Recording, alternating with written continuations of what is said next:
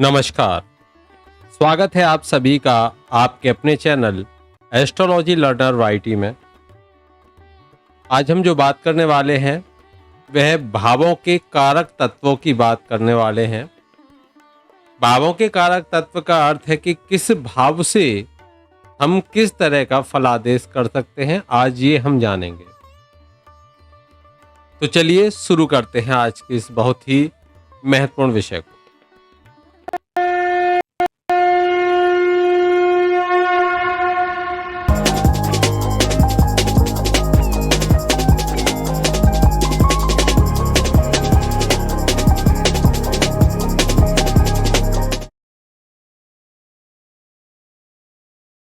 यहाँ मैं आपको बता चुका हूँ कि भावों की जब हम चर्चा करेंगे तो ये पहला भाव कहा जाएगा, यह दूसरा भाव कहा जाएगा, यह तीसरा भाव कहा जाएगा, ये चौथा भाव कहा जाएगा, ये पांचवा, छठा, सातवां, आठवां, नौवां, 10वां, 11वां और 12वां।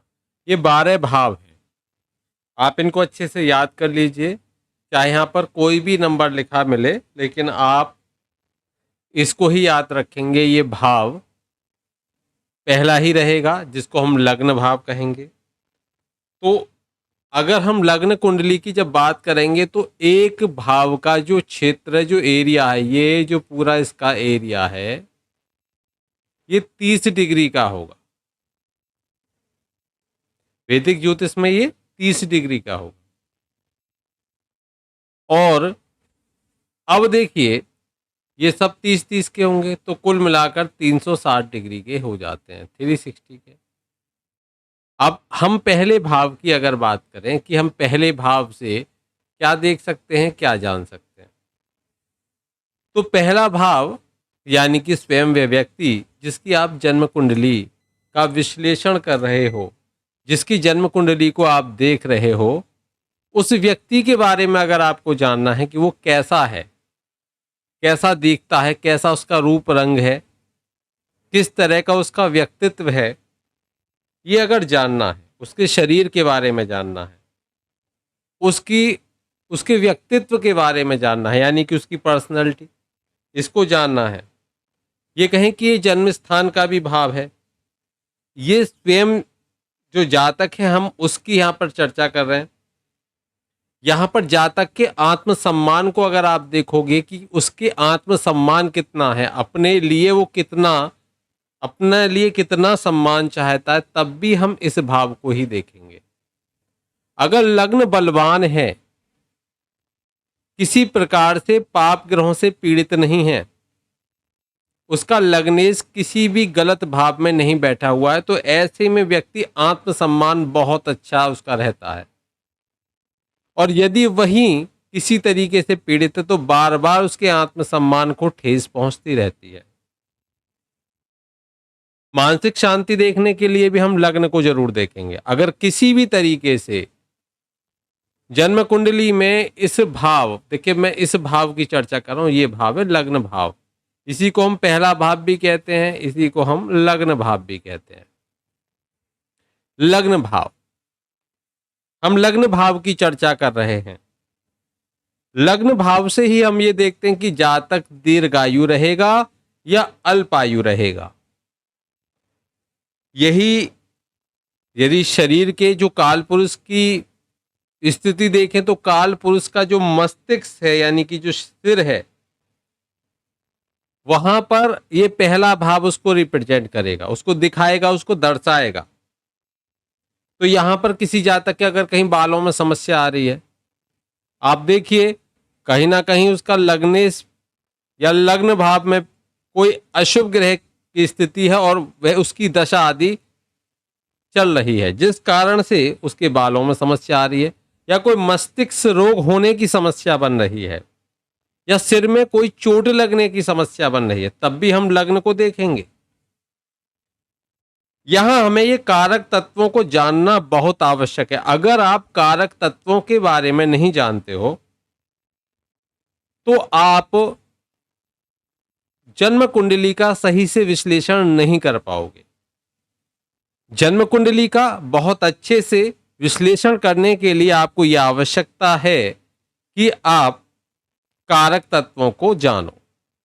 मैं एक सामान्य सा उदाहरण देकर आपको समझाऊंगा। जैसे किसी व्यक्ति ने कोई चिट्ठी प्रेषित की, डाली यानी कि, अब उसका वो एक एड्रेस देगा, तो जो पोस्टमैन है वो वहां पर एक क्षेत्र विशेष में चिट्ठी आएगी, किसी जिले के लिए चिट्ठी होगी, किसी जिले में कोई स्थान होगा। इसी तरीके से वो जब वहां पहुंचेगा और उस व्यक्ति के घर तक उस चिट्ठी को देकर आएगा, किसी दूसरे जिले से किसी दूसरे जिले में, या दूसरे राज्य से किसी दूसरे गांव तक, दूसरे जिले राज्य के गांव तक पहुंचाने के लिए उसको उस जगह पर जाना होगा, तो उसे उस जगह की जानकारी हो कि ये चिट्ठी कहां के लिए है। वही बात अगर हम जन्म कुंडली में देखें कि अगर किसी ने आपसे प्रश्न पूछा कि मेरे सिर में दर्द रहता है, तो आप क्या देखोगे? आप ये देखोगे कि लग्न किसी प्रकार से किस अशुभ ग्रह से पीड़ित है, जो किसी व्यक्ति को सिर में दर्द की शिकायत बनी हुई है। किसी को माइग्रेन की शिकायत है, कैसे जांच करोगे? लग्न अथवा लग्नेश पीड़ित हो तो यह समस्या बनेगी। जब आप कारक तत्वों को समझोगे तो आपके फलादेश में सटीकता आती जाएगी और आपको जन्म कुंडली विश्लेषण में बहुत ही ज्यादा आनंद की अनुभूति होगी।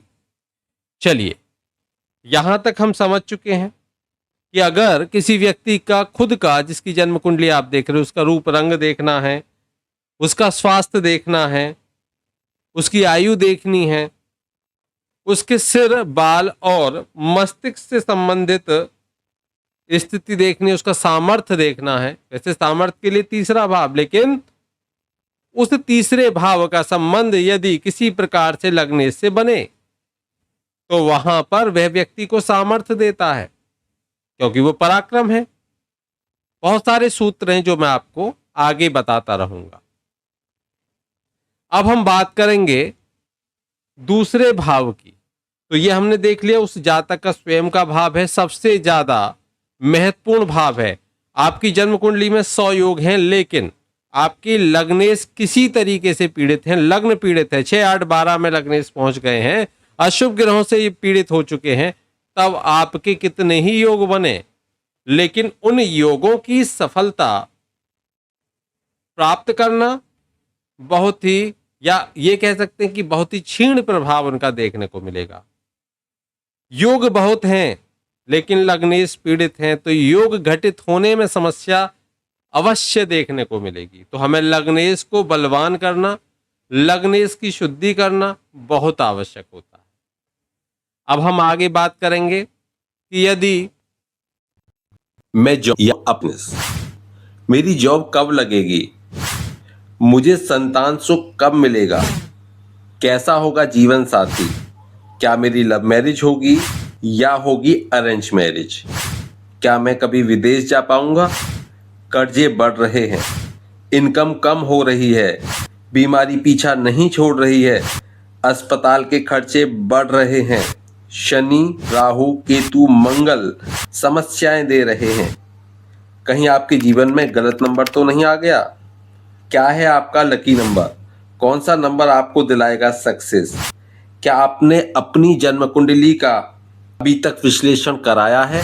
अगर नहीं कराया है तो दिए हुए नंबर पे संपर्क करके अपनी जन्म कुंडली का विश्लेषण कराइए।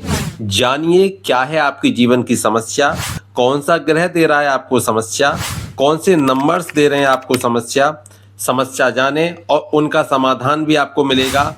तो देर ना करें, अपनी जन्म कुंडली का जल्दी से जल्दी प्रोटेक्शन कराएं, अपनी जन्म कुंडली को समझें, अपनी जन्म कुंडली में कौन से ग्रह खराब हैं, कौन से ग्रह आपको परेशान कर रहे हैं और उनको कैसे सही किया जा सकता है उसको जानें। और ये सभी जानने के लिए आपको डायल करना होगा 9045847891 या फिर व्हाट्सएप करें।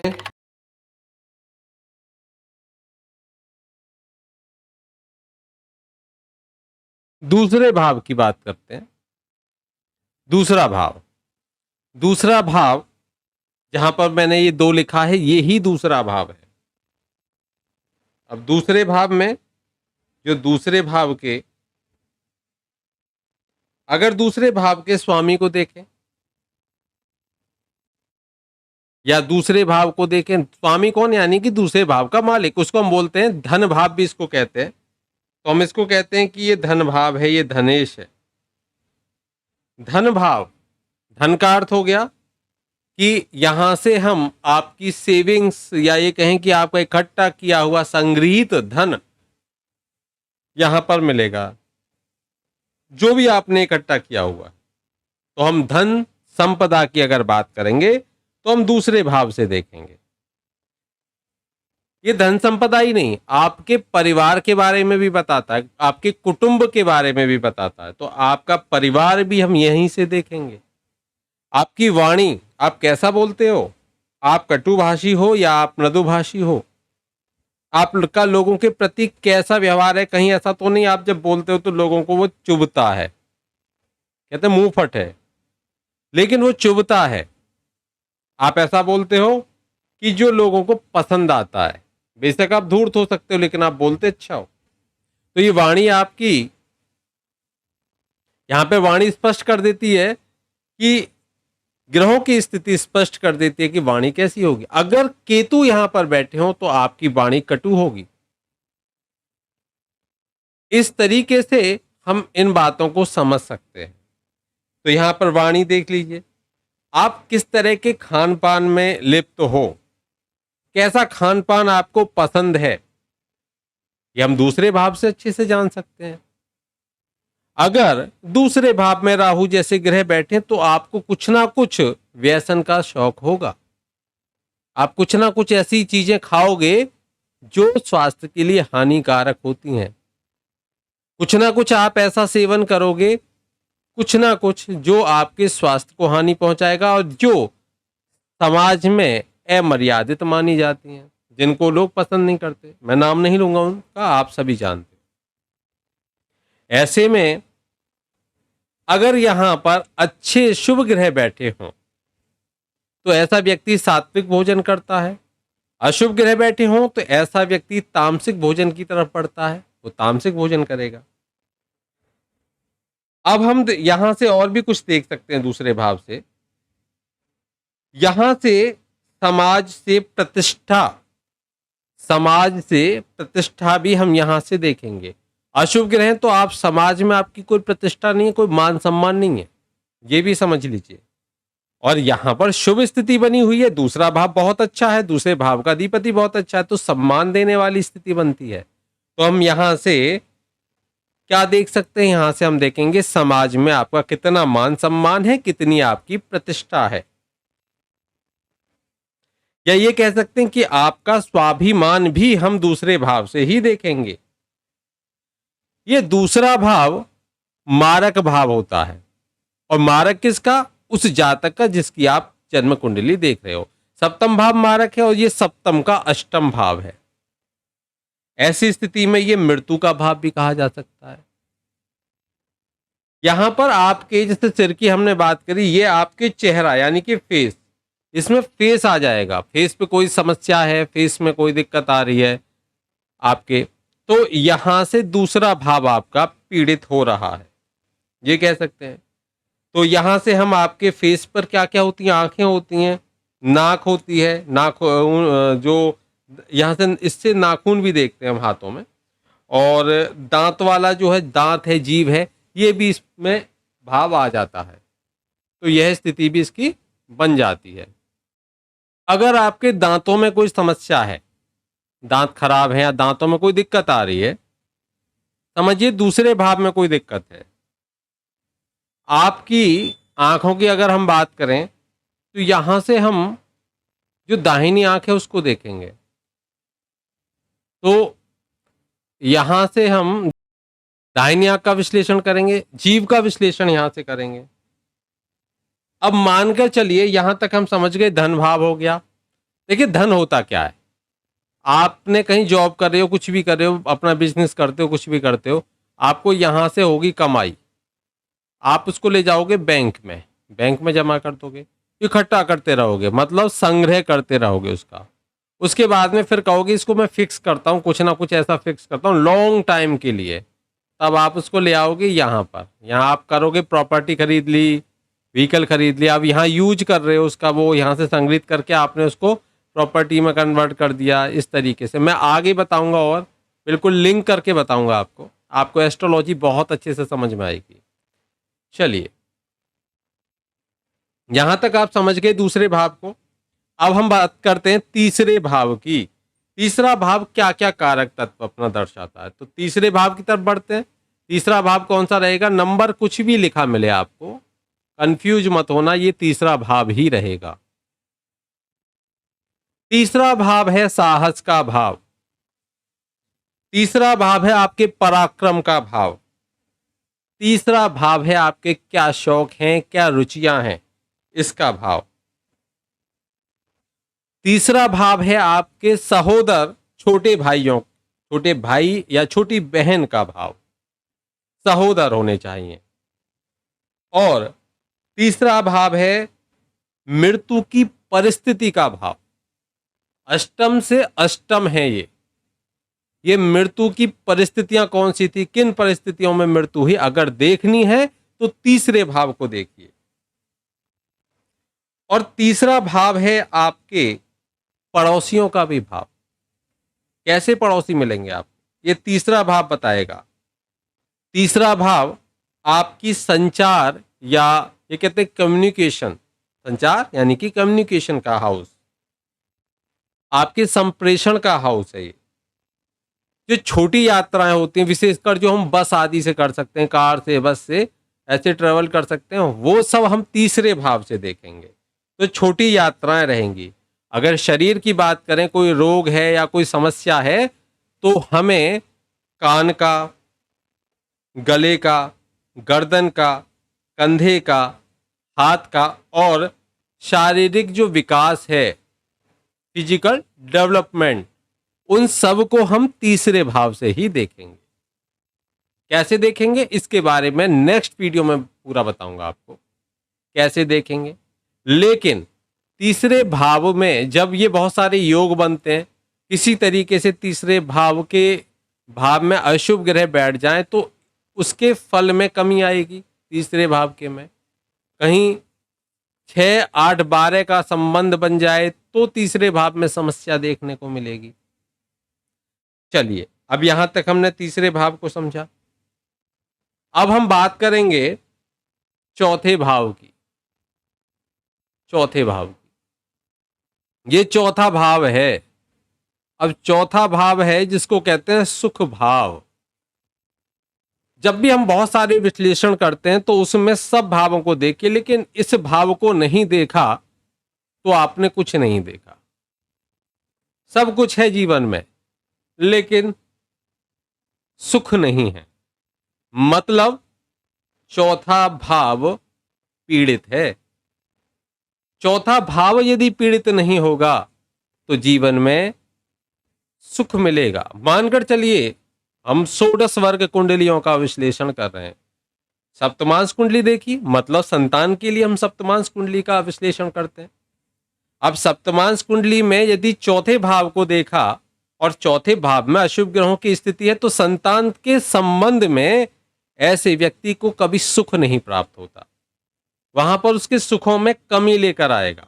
हमेशा संतान को लेकर वो व्यक्ति चिंतित रहेगा। या तो संतान नहीं होगी, या संतान ना होने की वजह से चिंतित, या संतान के स्वास्थ्य को लेकर चिंतित, या संतान के व्यवहार को लेकर चिंतित। संतुष्टि का भाव, सुख का भाव उस व्यक्ति के जीवन में नहीं आता। और जितने भी अशुभ ग्रह वहां पर बढ़ते चले जाएंगे, अशुभता और बढ़ती चली जाएगी। तो चतुर्थ भाव को हमें अवश्य देखना चाहिए। चतुर्थ भाव है सुखों का भाव। चतुर्थ भाव से हम बहुत कुछ देखते हैं, जैसे आपकी माता, आपकी मदर, आपकी मातृभूमि।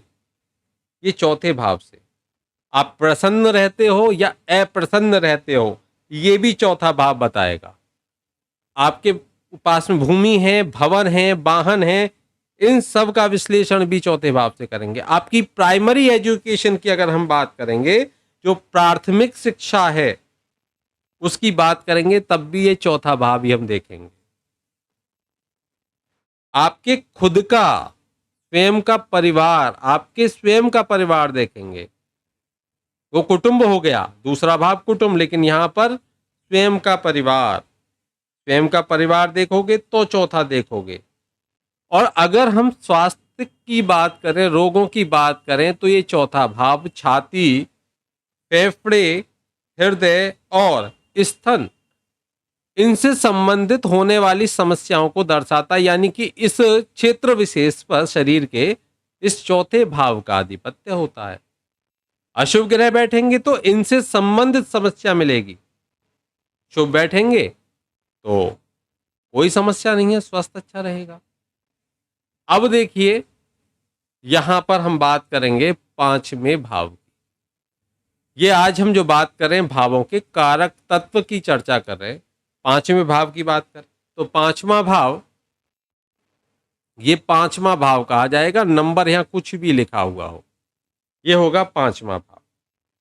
अब पांचवें भाव में हम पांचवा भाव किसके लिए देखते हैं, तो ये त्रिकोण भाव है, धर्म त्रिकोण का त्रिकोण भाव। अब इस पंचम भाव से हम देखेंगे संतति, या कहें कि संतान। यहां से हम संतान भी देखेंगे, और आप कितने विद्वान हो, यानी कि जिस जातक की जन्म कुंडली का पंचम देख रहे हो तो उस जातक की विद्वानता भी आप यहां से देखोगे।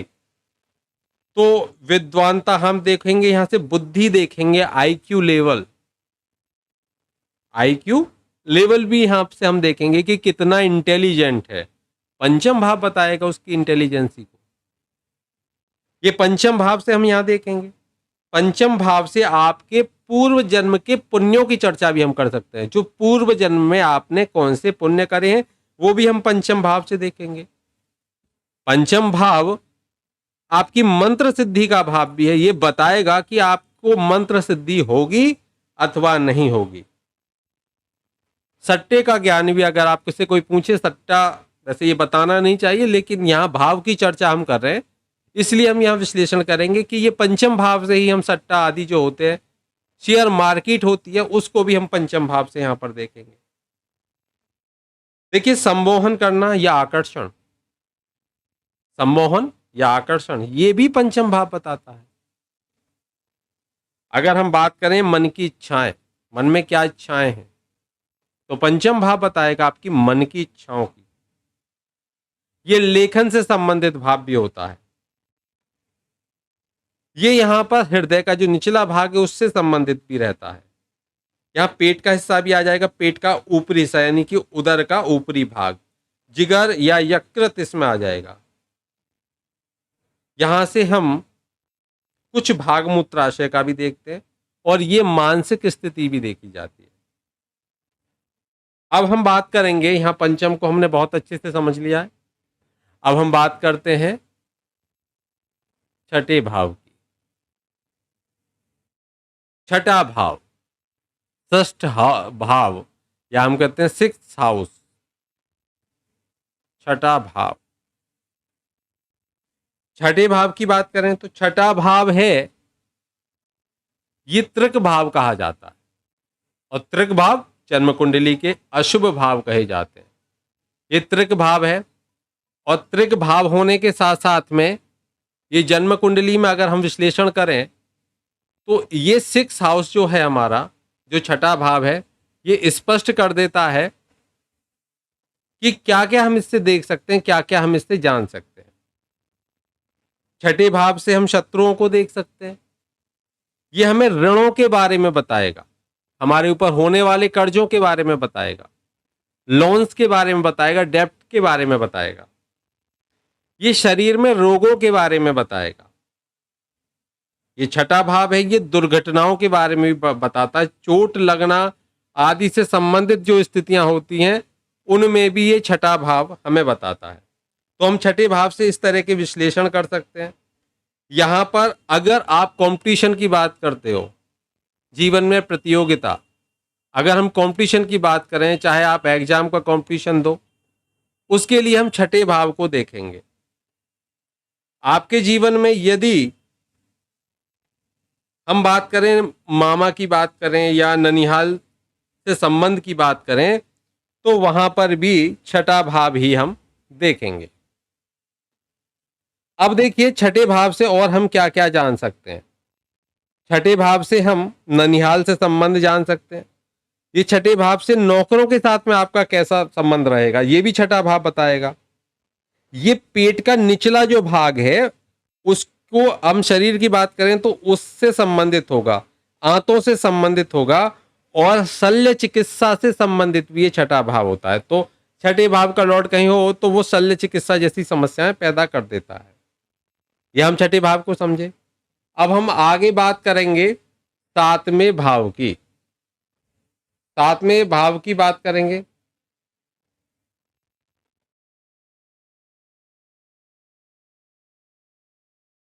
चलिए सातवें भाव को देखें हम।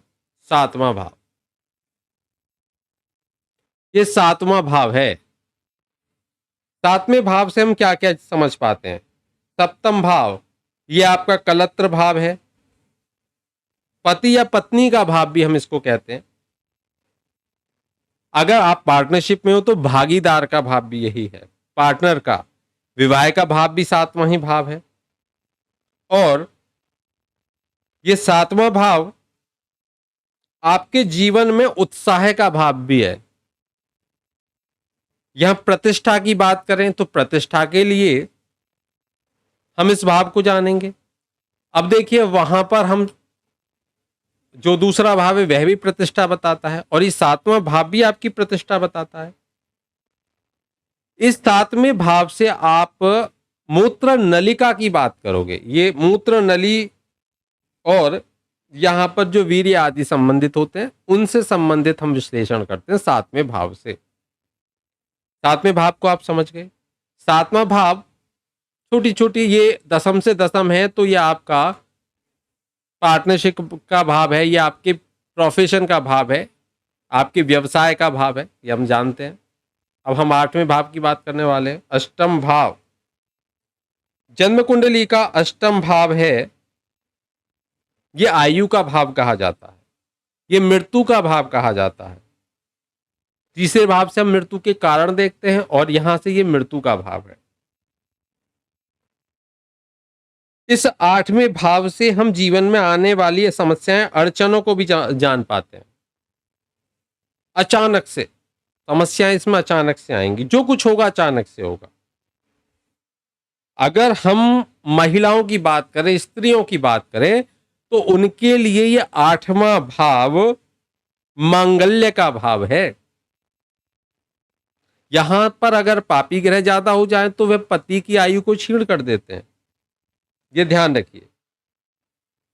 यहां से हम अप्रत्याशित लाभ और अप्रत्याशित हानि को भी देखते हैं। जो आपने उम्मीद नहीं करी थी, ऐसे ऐसे लाभ और ऐसी हानि हो जाती है। विरासत में अगर आपको कुछ मिलेगा तो आप अष्टम भाव को देखिए, नहीं मिलेगा तब भी अष्टम भाव को देखिए, क्यों नहीं मिला। आपके अंदर कौन सी प्रतिभाएं हैं जो छुपी रह गई, और कितनी प्रतिभाएं आपकी नहीं निकल कर आई, वो भी आप देखोगे अष्टम भाव से। अष्टम भाव ऐसे रोग बताता है जो लाइलाज होते हैं, यानी कि जिनको कहते हैं असाध्य रोग। असाध्य रोग अष्टम भाव बताएगा। ये बाहरी जननांग रोग भी देता है। इससे हम मानसिक परिताप जैसी समस्याएं भी देखते हैं, जो मेंटल स्ट्रेस जैसी स्थितियां बनती हैं, वह भी अष्टम भाव से ही बनती हैं। अगर चंद्रमा अष्टम भाव में चले जाएं तो ऐसा व्यक्ति मानसिक रूप से परेशान रहता है, मन उसका शांत रहेगा। स्पष्ट रूप से इस बात को आप समझ सकते हो। अब हम बात करेंगे नवम भाव की। नवम भाव, नवम भाव ये जो त्रिकोण भाव है, धर्म त्रिकोण भाव है। धर्म त्रिकोण भाव का भी सबसे बलवान भाव कहा जाता है। ये धर्म का भाव है, धार्मिक यात्राओं का भी भाव है, धर्म के लिए किए गए दान पुण्य आदि का भी ये भाव है। इस नवम भाव से हम धार्मिक अभिरुचि की को जान सकते हैं, कितनी अभिरुचि है धार्मिक। पिता के बारे में ये पिता का भाव भी कहा जाता है, गुरु का भाव भी यही कहा जाता है। यहाँ से तीर्थ यात्राएं देखते हैं, लंबी यात्राएं रहती हैं। दानशीलता का ये भाव है, ये प्रसिद्धि का भाव है और भाग्य का भाव है। पूजा स्थलों के बारे में भी हम इससे जान सकते हैं कितने आप चाहोगे। और शरीर में अगर हम बात करें तो जो कूल्हे और जांघ होती हैं वो इस भाव से हम जान पाते हैं। ये इस भाव के बारे में बता देते। बाकी एक बार मैं भावात भावम का सूत्र आगे अन्य किसी वीडियो में बताकर फिर आपको और चर्चा और स्पष्ट करता जाऊंगा। अब हम बात करेंगे दसम भाव की। दसवां भाव, दसवां भाव जो कर्म भाव है, ये व्यवसाय का भाव है, ये कर्म का भाव है, ये आपकी आजीविका के कौन से साधन होंगे उस बात को बताने वाला भाव है। किस किस क्षेत्र से आप आजीविका ले सकते हो। जैसे मानकर चलिए यहां शुक्र बैठे हो, आप क्या कहोगे शुक्र किस किस। अब देखिए ग्रहों के कारक तत्व को भी जानना बहुत आवश्यक है। जब हम ग्रहों के कारक तत्वों को जानेंगे, राशियों के कारक तत्वों को जानेंगे, भाव के कारक तत्व को हम जान गए ये भाव क्या कहना चाहेगा, लेकिन उसके साथ में हमें ग्रहों के कारक तत्व, राशियों के कारक तत्व और उन नक्षत्रों के कारक तत्वों को भी जानना बहुत आवश्यक है। और जब हम पूर्ण विश्लेषण करने के बाद में पहुंचेंगे तब हम किसी को बता पाएंगे कि आप किस तरह के आजीविका से, आपको किस तरह का मतलब साधन कौन से हैं आजीविका के, क्या करोगे आप, किस तरह का बिजनेस करोगे, कपड़े की दुकान खोलोगे या होटल मैनेजमेंट में जाओगे, एडवोकेट बनोगे या फिर आप मास्टर बनोगे, टीचर बनोगे, कैसे बता सकते हैं। उनके कारक तत्वों के आधार पर उनकी स्थितियों को देखकर, तो ये भाव आपके आजीविका के साधन बताएगा। ये व्यापार का भाव है, ये सामर्थ्य का भाव है, ये पवित्र और धार्मिक कार्य और कर्तव्य का भाव भी कहा जाता है। यहां से हम घुटने के जोड़ और घुटने को देखते हैं। अगर कोई समस्या घुटनों में बन रही है, घुटनों के जोड़ों में बन रही है, तब हम यहां से देखेंगे कि इस भाव की स्थिति कहीं ना कहीं खराब हो रही है। अब हम बात करते हैं एकादश भाव की, 11वें भाव की। 11वां भाव आपकी इच्छाओं का भाव, आपकी डिजायर का भाव, ये लाभ का भाव भी है और ये लोभ का भाव भी है। ये लोभ भी उत्पन्न करता है और लाभ भी देता है। देखिए लोभ नहीं होगा तो आपके अंदर इच्छाएं पैदा नहीं होंगी, ये इच्छाएं ही तो लोभ बनाती हैं। तो ये लाभ का भाव भी है, लोभ का भाव भी है और ये भौतिक और सांसारिक चीजों की प्राप्ति का भाव भी है। जिनके यहाँ पर बहुत अच्छे ग्रह बैठे हों, अच्छी स्थितियां, जो इच्छा कर ली वो मिल जाएगा, गैजेट्स मिल जाएंगे, अच्छे अच्छे मोबाइल फोन यूज कर रहे हैं, अच्छे अच्छे अत्याधुनिक सामान यूज कर रहे हैं। क्यों? क्योंकि 11वां भाव बहुत अच्छी स्थिति में है। 11वें भाव का स्वामी बहुत अच्छी स्थिति में है तो करेगा ही। तो ये हमें क्या देता है 11वां भाव? ये हमें बताता है कि ऐसे व्यक्ति को भौतिक और सांसारिक चीजें बहुत प्राप्त होती हैं, इच्छाओं की उसकी पूर्ति होती है, पुरस्कार और दंड का भी ये भाव है। और अगर हम सहोदरों में भाइयों की बात करें तो छोटे भाई तीसरे से देखें, अब यहां से बड़े भाइयों को देख लीजिए, जो आपसे बड़े भाई हैं, सहोदर हैं, उनको यहां से देखोगे। और अगर हम शरीर की बात करें तो शरीर के जो पैर हैं और आपका कान का हिस्सा आ गया, उनसे और स्वास्थ्य के लाभ को भी हम यहां से देख सकते हैं। छोटी छोटी बीमारियां भी यहां से हो सकती हैं जो कम टाइम के लिए होती हैं, तो उनको भी यहां से देखते हैं। अब हमने 11 भाव के बाद में अब हम आते हैं 12वें भाव की तरफ। ये 12वां भाव। 12वां भाव खर्चे का भाव, व्यय का भाव, अलगाव। अलगाव का मतलब होता है सब कुछ छोड़ देना, चले जाना, अलगाव का ये भाव है। ये भाव हानि का भाव है। ये शयन कक्ष का भी भाव है और ये कारावास का भी भाव है। कारावास यानी कि जेल। ये अस्पताल में रहने का भी भाव है और ये विदेश में रहने का भी भाव है। संन्यास का भाव भी यही है। और मानसिक संतुलन को अगर देखोगे तब भी 12वें भाव को देखना पड़ेगा। और यदि हम शरीर में देखें तो पैर और आंख। अब आंख कौन सी, बाई आंख इससे यहां पर आ जाएगी, तो इनको हम यहां पर देखेंगे। यहाँ हमने आज आपको बताने का प्रयास किया कि ग्रहों के भावों के कारक तत्व कैसे देखे जाते हैं, किस भाव से क्या फलादेश कर सकते हैं। और लगभग हमारी ये जो वीडियो है ये 35 मिनट की है, तो 35 मिनट के समय है, लेकिन आपको यहाँ पर इससे संबंधित जानकारी प्राप्त हुई। आगे फिर हम बात करेंगे एक नए विषय की, जिसमें हम ग्रहों के कारक तत्वों की चर्चा करेंगे और फिर नक्षत्रों के कारक तत्व और जो राशियां हैं उनके कारक तत्वों की चर्चा करेंगे। आज के लिए इतना ही, मिलते हैं फिर एक नए विषय के साथ में। तब तक के लिए जय श्री कृष्णा, राधे राधे।